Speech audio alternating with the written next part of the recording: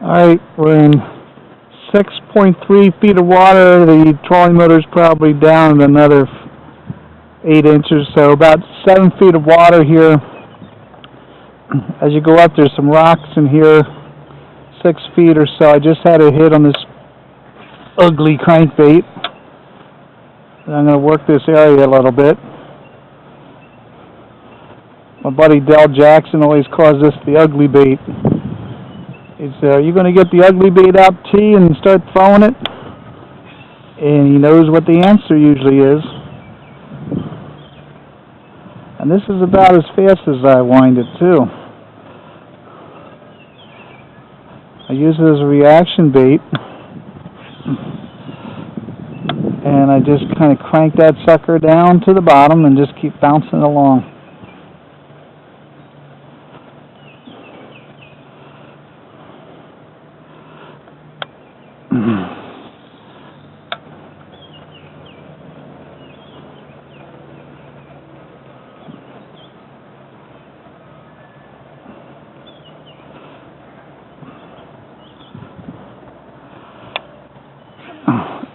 Depth is about 7 something now. It's 7.3.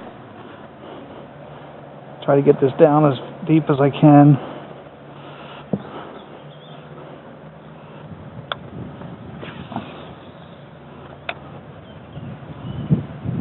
See the water moving the stuff through here. Comes through this spot right here, pushing through, and the dam's pushing water.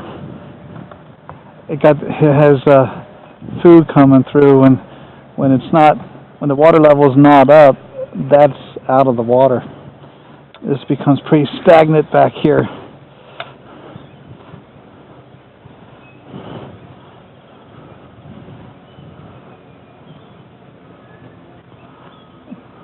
Find a spot where I can hit the bottom.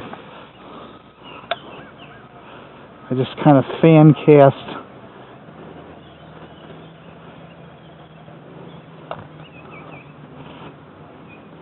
Looking for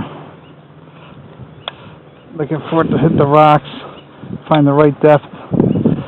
Even though where I'm at is 7 foot, I can find that spot where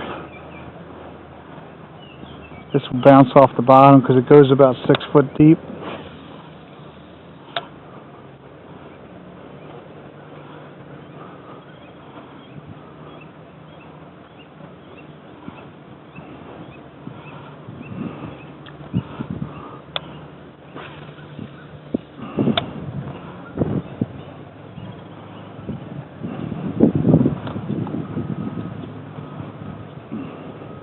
What I'll do, I'll move up this way and then I'll turn around and go against the current, casting up and then have the bait come down towards the boat.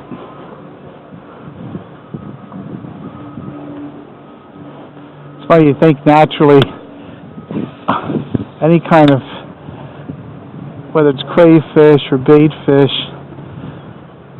they're going to probably move into the current rather than, now they always sit up ready to face and throw up with the current, bring back to the boat. You wonder, geez, you know, most living things in the water don't go with the current. They usually face into the current. Alright, let's see if I can get a bite again.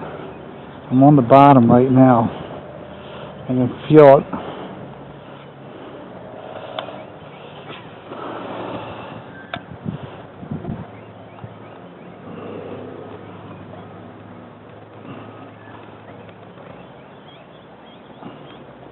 It's bouncing off of things. Feels good.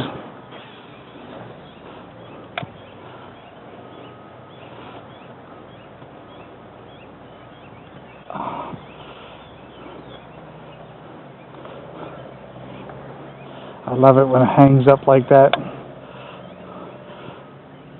Piece of wood. Love it when it hangs up like that and it breaks free. Sometimes that triggers a strike.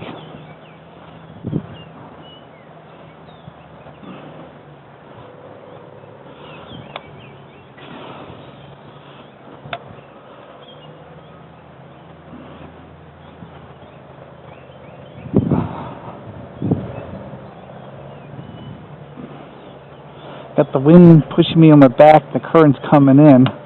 Kind of strange situation here. Sometimes you look at the stuff on the top and it's going with the current, and the wind starts blowing, it starts to, all the stuff turns and goes the opposite direction. I got a little gosling in there, just all by himself. When we were at the ramp this morning, two came up to us. I could have probably taken them home as pets. I think they thought we were their parents. Came right up to me and petted the one, and they stayed with us. And as we were taking the boat out, I kept slow, and they kept following us. It's kind of funny. You can see the one now. He's there by the end of the tree. He's kind of floating around. I think Mom and Dad are up in here somewhere. Every now and then I hear him call. And he's been pretty good at staying in this general area around this tree here. He'll come out, swim around the tree, he goes up, he's up on the shoreline now. Kind of funny there's only one though. Usually you see about 6 or 7. I think sometimes they even adopt other ones. Oh, there's another one back behind the tree there. There's 2 of them in there. So that's 3. Just wondering where the other ones were. This little guy must be the adventurer. He's up in the... There he is. Now that's just perseverance. No big hurry. It's not a big fish.